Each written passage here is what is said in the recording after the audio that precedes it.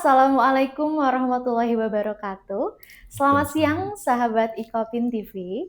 Bersama Vini yang akan menemani podcast pada kali ini. Tentunya kita akan berbincang-bincang dengan salah satu dosen Ikopin University yang luar biasa. Beliau sudah mengabdi di kampus kita tercinta lebih dari 30 tahun. Dan beliau juga merupakan salah satu dosen saya saat saya menjadi mahasiswa. Langsung saja kita perkenalkan Profesor Sugianto. Assalamualaikum warahmatullahi wabarakatuh. Waalaikumsalam warahmatullahi wabarakatuh. Bagaimana kabarnya, Prof? Baik. Alhamdulillah, baik saja. alhamdulillah. Iya, alhamdulillah. Iya, Prof, kita mau bincang-bincang santai aja pada hari ini ya, Prof. Prof, boleh nggak tolong diceritakan bagaimana awal Prof bisa tertarik menjadi dosen, khususnya di Ikopin University? Terima kasih pertanyaannya. Ini saya harus meremind kembali cerita zaman dulu ya. 40 tahun yang lalu saya lulus S1, kemudian tentu saja permasalahan muncul walaupun kebanggaan pada saat itu lulus S1 itu luar biasa. Ya, apalagi di kampung. Nah, masalahnya muncul bagaimana mencari pekerjaan karena sudah tidak berani meminta uang saku ke orang tua, gitu. Nah, akhirnya kalau ditanya tadi mengapa tertarik menjadi dosen, gitu ya? Ya sebetulnya saya juga tidak terpikir ingin menjadi dosen dari awal itu, ya. Nah, kenapa tiba-tiba menjadi dosen? Nah, itulah mungkin cerita itu yang harus yang harus saya ikuti. Karena tiba-tiba di koran Kompas itu pada saat itu ada lowongan diterima dosen dari lulusan begitu, ya. Saya disarankan oleh bapak saya almarhum coba melamar itu. Kira-kira begitu dan saya mencoba melamar dan alhamdulillah dipanggil, ya. Gitu.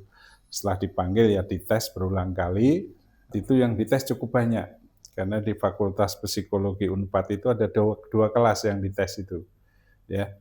Nah, termasuk saya melalui beberapa tahapan tes, akhirnya kok saya termasuk yang diterima dari 11 atau 13, saya lupa. 11 atau 13 orang. Saya sendiri tidak begitu pede sebetulnya. Ya, kenapa? Setelah sampai di sini melihat yang diterima, nah itu semuanya adalah orang-orang hebat, gitu ya. Kenapa saya katakan orang hebat? Itu berasal dari perguruan tinggi negeri semua. Saya itu swasta satu-satunya. Satu-satunya ya, Prof ya. Jadi saya berpikir, saya lanjutkan apa enggak? Hanya saat diwawancara terakhir saya ditanya oleh guru besar waktu itu, apa yang Anda inginkan kalau diterima jadi dosen? Saya mengatakan, saya ingin sekolah lagi. Kalau tidak diberi kesempatan sekolah lagi, ya mungkin dalam 1 tahun saya keluar. Gitu ya. Artinya kalau tadi disimpulkan, jadi motivasinya apa sih, itu ngaco motivasinya gitu. Tapi saya menjadi yakin pada saat saya ditugaskan untuk belajar S2. Itu loh, kalau begitu saya harus menekuni ini di tempat ini juga. Kira-kira begitu. Ada ceritanya begitu. Baik, luar biasa. Berarti pengalaman Prof menjadi dosen pertama kali itu di kampus Ikopin? Iya, saya bekerja pertama kali sampai detik ini ya di kampus ini. Luar biasa, sangat setia ya, Prof. Harus setia kan? Harus setia, luar biasa. Betul. Bukan 30 tahun. Mungkin sekarang ini udah tahun berapa bulan? 3 bulan lagi tahun ke-40. Luar biasa. 40 tahun sahabat Ikopin. Luar biasa, 40 tahun. 40 tahun. Oke, sebelumnya Prof mohon izin, saya juga ingin mengucapkan selamat dan turut berbangga atas pengangkatan Prof sebagai profesor. Semoga berkah dan sukses selalu. Amin. Terima kasih dukungan semuanya dari teman-teman sampai pimpinan. Semuanya mendukung dan mempermudah. Saya kalau membutuhkan syarat administratif saya cuma mengatakan kurang ini bisa dipenuhi. Teman-teman alhamdulillah dari staf, dari yang lain, sampai Pak Rektor pun juga kalau saya datangi, Pak ini perlu ditandatangani lagi, langsung sini tanda tangan. Begitu. Jadi tidak ditanya banyak ini untuk apa, mengapa. Iya. Ya, itu yang saya merasa semangat dan saya harus istilahnya harus berjuang begitu ya. Karena ini memang untuk guru besar ini yang saya rasakan perjuangan yang cukup lama. Saya mencoba itu tahun 2021 sampai sekarang ya baru mungkin 4-5 tahun. Ya, luar biasa. Artinya lingkungan di Ikopen University sangat suportif ya, Prof ya. Oh iya, iya. Jadi support dari lembaga saya pikir sangat luar biasa, mulai dari pimpinan rektor, jajarannya dan juga dosen karyawan yang lain, termasuk dalam proses saya harus menulis jurnal, melakukan penelitian, itu juga tidak lepas dari teman-teman. Juga pada saat mengumpulkan bukti-bukti administratif, terutama terkait dengan bidang pendidikan, penelitian, termasuk jurnal tadi, itu juga teman-teman dari Tendik. Gitu. Kemudian dari Senat, alhamdulillah juga mendukung karena memang perlu surat dari Senat juga. Yayasan apalagi alhamdulillah sangat mendukung. Dan yang paling tidak boleh saya lupakan adalah tentu saja dari keluarga. Ya. Boleh cerita sedikit itu agak belok ya. Jadi tahun 2000-an lah ya. Itu saya punya teman sejak SD, tinggalnya memang masih di kampung saya, tapi dia orang hebat. Ya, kenapa saya katakan orang hebat? Karena sejak SD itu selalu juara nomor 1. Saya nggak pernah juara. Ya, jadi tahun 2000-an itu beliau memang menjadi dosen di salah satu perguruan tinggi di Jogja. Itu sudah menyandang gelar profesor. Jadi usianya itu kira-kira 38 atau 37, jadi sudah guru besar. Kemudian pada saat itu ibu saya mendengar mungkin di acara apa begitu, kok teman saya itu dipanggil Prof. Ibu saya mungkin nggak berani nanya ke yang lain karena nggak tahu dan sebagainya, karena namanya SD pun nggak lulus begitu ya. Tapi suatu saat saya pulang, ibu saya cerita, itu teman kamu yang anaknya Pak, sering disebut profesor, apa itu? Saya jelaskan maknanya apa begitu, terus ibu saya itu hanya melihat muka saya, gitu, nggak ada pertanyaan, nggak apa. Tapi itu yang motivasi, Pak. Karena kan keinginan, mungkin ada keinginan di situ, hanya nggak tersampaikan. Jadi itu yang selalu saya sejak saya dulu kuliah S3 juga karena itu, gitu. Jadi makanya saya pesan begitu ya, terutama ke ibu lah ya, itu jangan istilahnya ibu marahin kita, mau membentak kita gitu, udahlah kita terima. Jangan sebaliknya tapi ya, karena doanya ada di situ. Betul sekali, itu doa yang ibu. Mensupport saya itu banyak orang, banyak pihak. Luar biasa. Jadi tadi selain dari support lingkungan Ikopen, keluarga, dan yang paling utama adalah ibu. Gitu ya, Pak. Baik, Prof. Saya juga ingin bertanya, apa sih makna gelar profesor terhadap Prof, baik secara pribadi maupun profesional? Kalau tadi pribadi mungkin salah satunya yaitu keinginan ibu, begitu ya Prof ya? Kalau begitu, apakah ada yang lain secara pribadi ataupun profesional? Iya, secara pribadi ada yang lain itu ya, pasti untuk keluarga tadi gitu ya, karena support dari istri saya, anak saya begitu tinggi. Tapi juga saya harus menyadari, saya ini kan sebagai pegawai istilahnya, dosen di kampus ini, sampai saya 40 tahun gitu ya. Dan kalau saya masih diberi usia sampai menyelesaikan, mungkin bisa 45 tahun saya nanti. Amin. Insya Allah. Amin, nah, amin. Saya menyadari betul hal itu, gitu. Kalau saya nggak berbuat sesuatu, bukan berarti teman-teman yang lain nggak berbuat sesuatu, semua, gitu.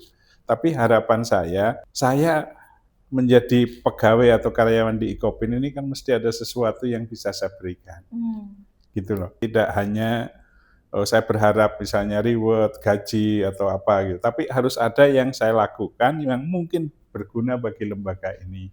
Nah, saya kan punya pengalaman pernah menjadi wakil rektor 1 bidang akademik, pernah ngelola prodi, dulu juga pernah dekan gitu ya. Betapa sulitnya kalau kita ini mau akreditasi. Karena salah satu syaratnya adalah tersedianya sumber daya manusia dosen yang mencukupi. Mencukupi itu tidak hanya jumlah, tapi juga kualitas. Apa dosen IKOPIN nggak berkualitas? Semuanya berkualitas, tapi sekarang itu namanya kualitas itu harus disertai dengan selembar sertifikat. Itu, gitu. Nah, pengakuan-pengakuan itu ditanya, mana buktinya? Mana buktinya? Gitu. Nah, itu yang berubah sekarang itu begitu. Kalau zaman dulu mungkin, wah ini dosennya hebat-hebat gitu ya. Cukup, tapi kalau sekarang mana sertifikatnya? Sama dengan mahasiswa, harus ujian MOS misalnya, kan sudah pinter-pinter komputer. Mana buktinya? Nggak ada kalau tidak ada sertifikat. Jadi itulah syarat kita ini untuk bisa minimal bertahan, kedua ingin maju, ya mau dimulai dari dosen. Karena apa? Dengan jenjang kepangkatan akademik itu menunjukkan apa? Bahwa dosen melakukan yang namanya tridharma perguruan tinggi dengan lengkap itu. Jadi nggak cukup hanya ngajar, itu nggak hanya apa, sampai penelitian pun sudah banyak. Tapi masalahnya publikasinya mana, rekognisi di luar seperti apa. Itu yang apa, yang dibutuhkan itu seperti itu sekarang ini gitu ya. Jadi termasuk publikasi tadi tidak hanya sekedar publikasi. Sekarang ini tuntutannya harus bereputasi. Bereputasinya tidak hanya nasional, harus internasional. Zaman saya dulu naik pangkat kolektor kepala, cukup nasional gitu kan. Nggak jelas reputasinya, pakai naik gitu. Sekarang itu tuntutannya udah berubah. Jadi semuanya juga harus berubah. Jadi pokoknya gini kalau bicara makna itu ya, ini mungkin saya satu sisi sombong ya, ria mungkin gitu ya. Tapi gimana ya saya mengatakannya? Itu sebagai apa? Sebagai apa ya? Keinginan dari diri saya bahwa saya di kampus ini ya saya harus berguna. Gitu. Seperti apa tuh kalau baca bukunya John F. Kennedy kalau nggak salah ya, itu kan dia selalu mengatakan apa? Jangan menjadi orang yang mengharapkan apa yang Anda bisa peroleh dari negara Anda, tapi dibalik justru apa yang bisa Anda berikan gitu. Dan cerita gitu tidak hanya John F. Kennedy, saya pikir dari sisi agama juga begitu kan. Terus kalau saya suka baca cerita wayang dan sebagainya, begitu. Apa salah namanya Kumbokarno gitu ya, orang Alengka itu? Enggak, karena dia membela negara, walaupun kakaknya jahat, negaranya jahat begitu. Tapi karena dia membela negaranya, kenapa membela Astina yang katanya jahat? Karena dia ingin menunjukkan apa yang dia bisa berikan, gitu. Karena dia sudah merasa menjadi warga di negara itu. Ini cerita wayang kan, tapi itu selalu menjadi apa itu pelajaran buat saya. Jadi kalau hidup ya harus punya makna berguna ya Prof. Berguna itu. Ya kalau nggak begitu ya terus apa gitu ya, kita ini nggak bisa seperti saya misalnya kan nggak bisa apa-apa. Bisanya ya yang kecil-kecil lah, sudahlah kita lakukan. Baik, terima kasih Prof. Artinya makna secara profesional ya pada intinya tadi. Nah kalau profesional tadi memang ini yang saya pikirkan mulai sejak saya memperoleh pengumuman itu. Saya bisa apa dengan diberi gelar itu. Kemarin itu sudah dipanggil para bos gitu. Ini tolong, bingung saya. Ya saya bisa apa akhirnya gitu. Ya, itu kan menunjukkan apa? Bahwa sebetulnya kalau dituntut, wah ini menunjukkan profesionalismenya, saya sendiri belum yakin. Saya belum berbuat apa-apa. Ya, tapi saya akan coba semaksimal mungkin ya dengan sisa-sisa tenaga saya begitu, karena sekarang ini kan sudah mulai kemampuan sudah turun ya, terutama tenaga begitu. Jadi saya harus milih-milih kapan saya kerja, kapan saya tidur, kapan saya harus main, begitulah kira-kira begitu. Jadi kayak anak kecil lagi, mainnya itu menjadi penting malahan. hiburan gitu. Ya. Di kerjanya itu kapan ini harus cari-cari. Baik, Prof. Setelah 40 tahun perjalanan menjadi dosen, boleh nggak diceritain secara singkat aja, bagaimana perjalanan Prof ini dari awal, berarti tahun 80-an, 70-an? Tahun 85. 85 hingga saat ini menjadi profesor. Maksudnya supaya bisa memotivasi mungkin ya Prof untuk dosen-dosen yang lain yang saat ini sedang sama mengejar profesor ataupun dosen-dosen muda nih, supaya termotivasi menjadi profesor. Sebetulnya saya sendiri awalnya nggak terpikir ya. Kan tadi awalnya juga saya nggak kepikir ingin jadi dosen, itu nggak ada gitu loh. Kalau seandainya saya itu ingin jadi dosen dari awal, kemudian ingin jadi profesor gitu kan, dosen itu jadi, mungkin sudah saya dari awal gitu ya. Tapi kan mungkin digariskan dari yang mengatur itu ya begini gitu ya. Jadi sebetulnya nggak punya rel yang pasti gitu. Tapi kalau bicara perjalanan saya tahun 85 itu kan saya diterima tadi di sini, kemudian alhamdulillah setahun kemudian itu dites bahasa Inggris, walaupun bahasa Inggris saya itu ngaco, nggak karuan begitu, ya itu bisa masuk calon gitu untuk disekolahin lagi ke S2 di Belgia. Oleh Icopin University. Oleh Icopin. Makanya itulah yang membuat saya itu sudah diberi fasilitas seperti itu. Ini belum tentu semuanya itu diberi gitu loh. Saya itu diberi ya. Walaupun saat itu ada 16 dosen gitu kalau tidak salah itu yang diberi kesempatan itu. Itu tahun 87 saya berangkat, tahun 89 saya kembali sudah dengan tadi embel-embel S2. Pada saat itu tuntutannya juga begitu. Ini S2 harus menunjukkan profesionalismenya. Apa yang bisa saya lakukan? Saya juga bingung. Tapi dari situ akhirnya saya harus mengemban tugas-tugas yang mulai berat begitu ya, termasuk di luar itu menjadi konsultan di Dinas Koperasi itu 3 tahun membina KUD Mandiri gitu. Kemudian jadi PD1, PD2, PD1 kalau PD itu pembantu dekan. Terus akhirnya selesai jadi PD1 harus jadi dekan. Belum selesai jadi dekan, saya kepengen kuliah lagi, gitulah kira-kira S3 gitu. Suruh maju lagi jadi dekan, saya bilang saya sudah saja. Ya kelihatannya bisa dengan yang lain dan saya harus memilih sekolah saja. Alhamdulillah sekolah ini juga diwarnai dengan situasi yang tidak begitu menyenangkan begitu. Ya, terpaksa saya harus mencari kegiatan yang lain, terutama untuk membiayai sekolah S3 saya. Alhamdulillah, namanya hidup itu kadang-kadang mengalir aja gitu, mungkin sudah diberi jalan kali ya. Nah, itu harus yakin, harus percaya, maka doa itu jangan pernah ditinggalin lah. Akhirnya sambil kuliah saya jadi konsultan CCA. CCA itu Canadian Cooperative Association. Alhamdulillah 3 tahun juga itu. Walaupun akhirnya sekolah S3-nya harus agak mundur gitu ya. Nah, itu kira-kira begitu. Selesai S3 suruh ngelola MM sampai 12 tahun, terus kemudian selesai dari situ dipanggil Pak Burhanuddin Abdullah suruh membantu beliau WR1 gitu. Nah, setelah itu ya menjadi apa saja begitu.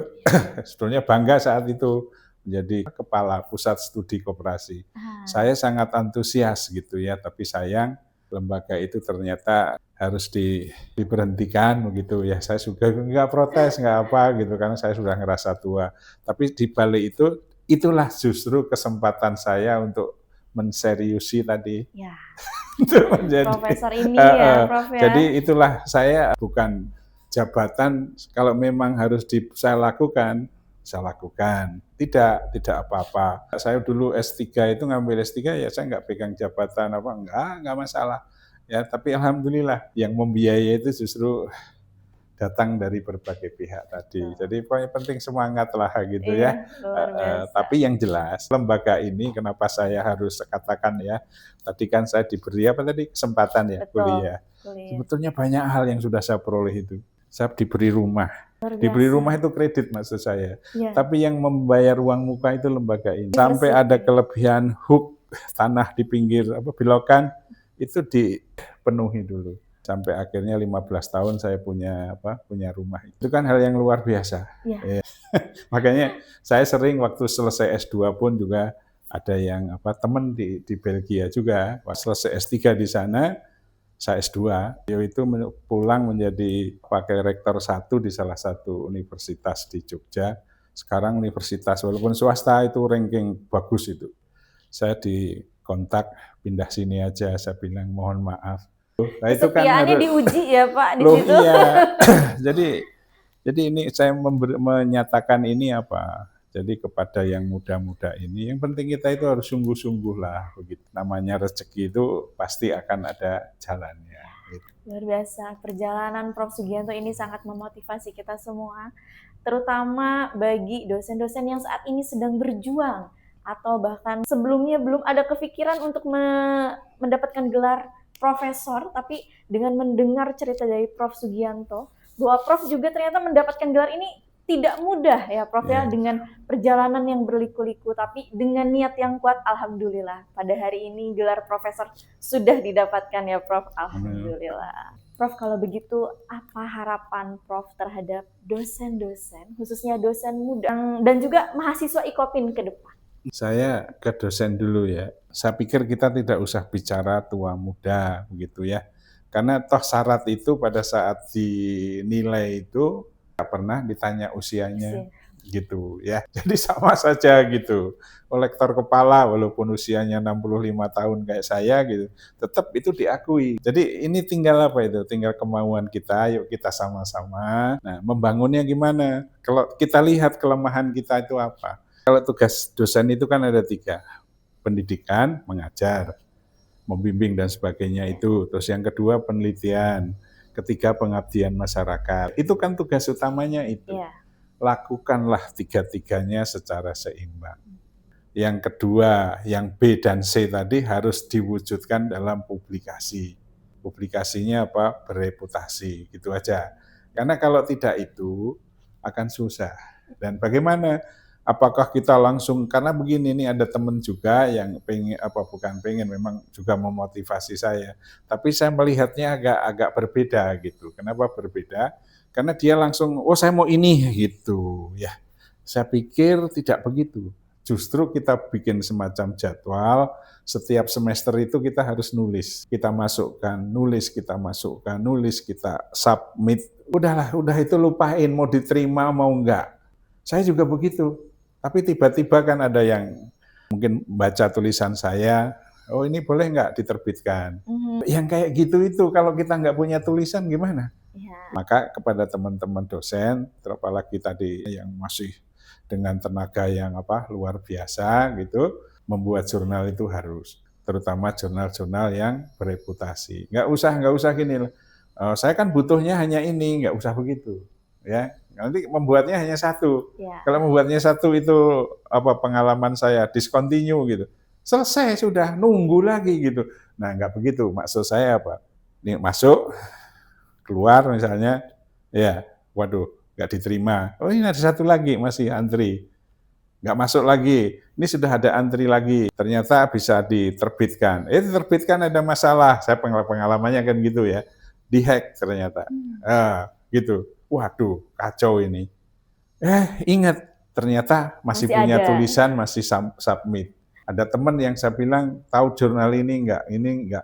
Saya coba, tolong. Saya bilang, bisa enggak itu diberi privilege lah, saya bilang. Sampai ngomong begitu saya juga.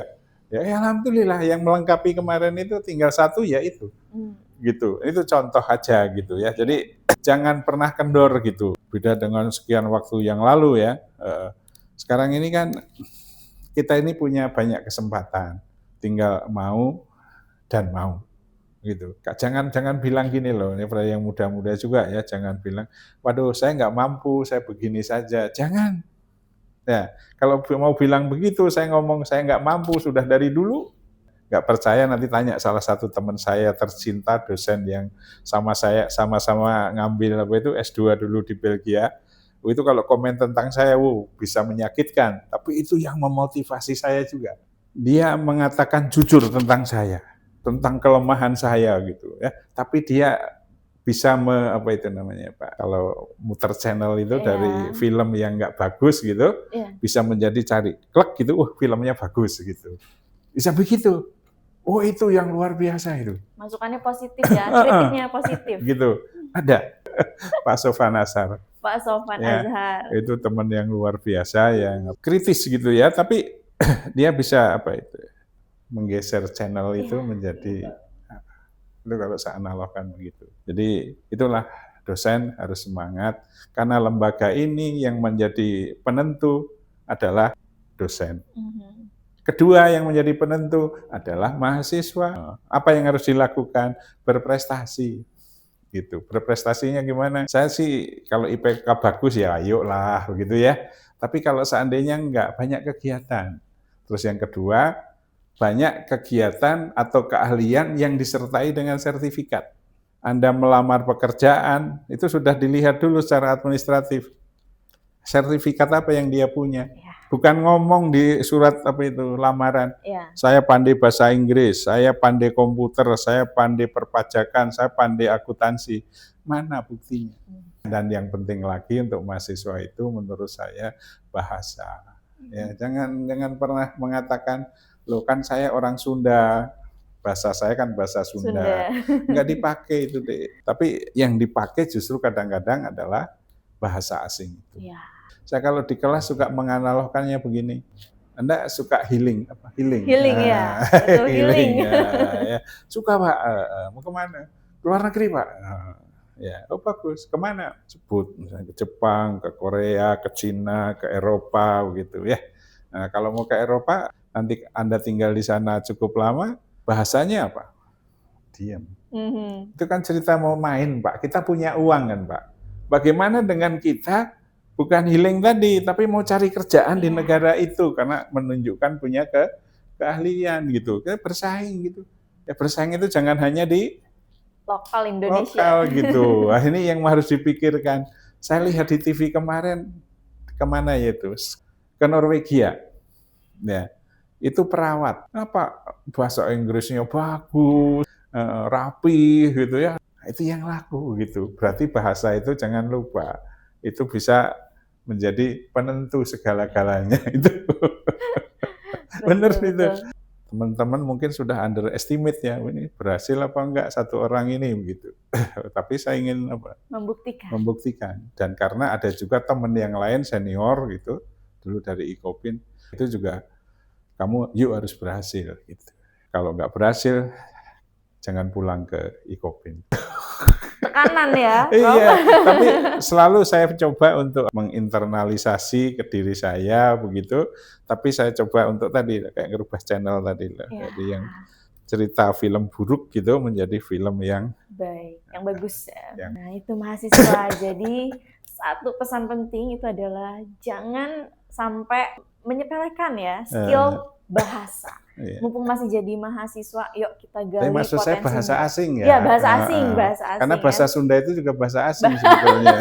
Karena kalau ditulis di skripsi kan nulisnya harus miring bahasa Sunda. Iya, betul ya. Biasanya saat ini yang yang laku bukan laku ya Pak, yang digunakan. Memang digunakan oleh di PBB itu kan. Dunia pekerjaan itu paling banyak kayak bahasa internasional yaitu bahasa Inggris, dan yang kedua kalau tidak salah sekarang Mandarin sudah mulai. Mandarin, Jepang. Jadi kalau ada waktu, ada kesempatan, tidak ada salahnya untuk berlatih gitu ya. Sekarang kan nggak perlu harus mikir misalnya kursus gitu ya. Enggak. Buka HP di YouTube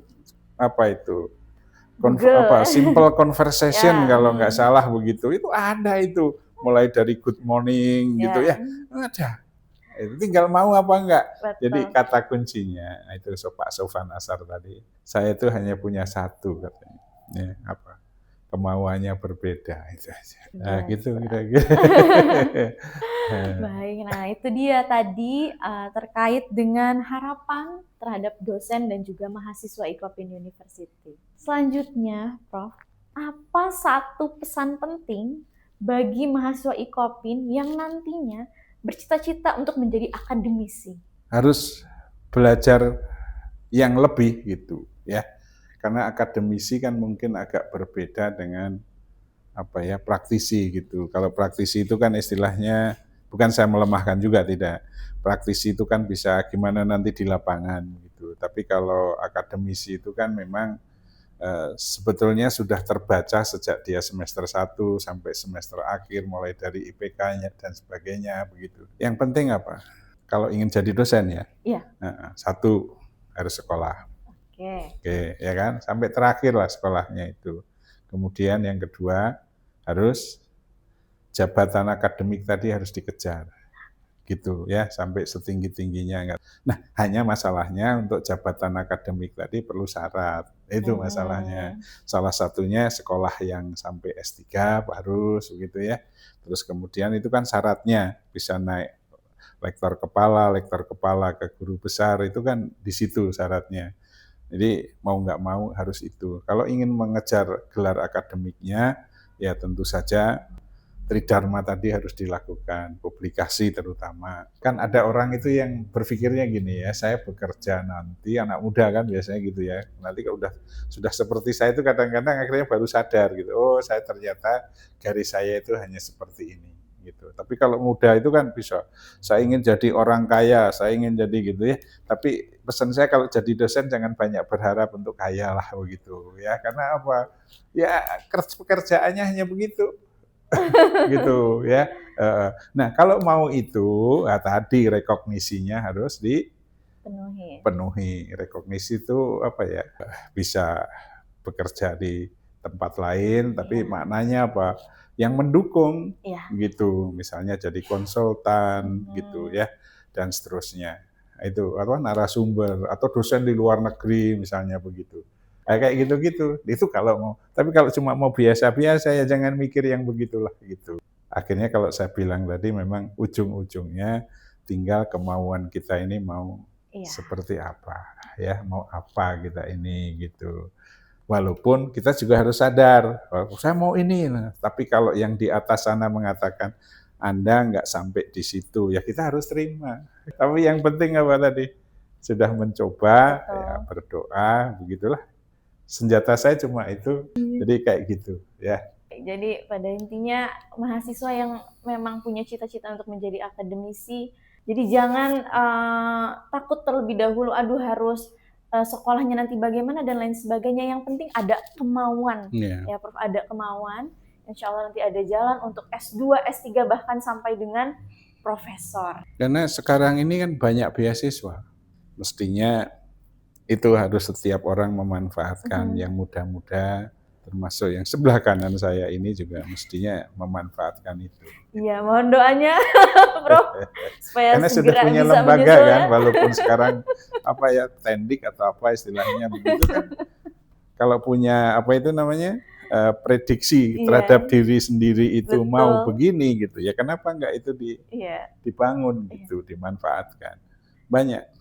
Ya, memang tidak semua orang itu bisa memperoleh itu. Ya, saya bisa dapat beasiswa itu ya S2, S3 itu sama sekali nggak dapat. Ya, padahal yang ngetes saya itu juga dosen pembimbing saya nggak diberi. Tidak ada orang dalam ya Prof. Gitu.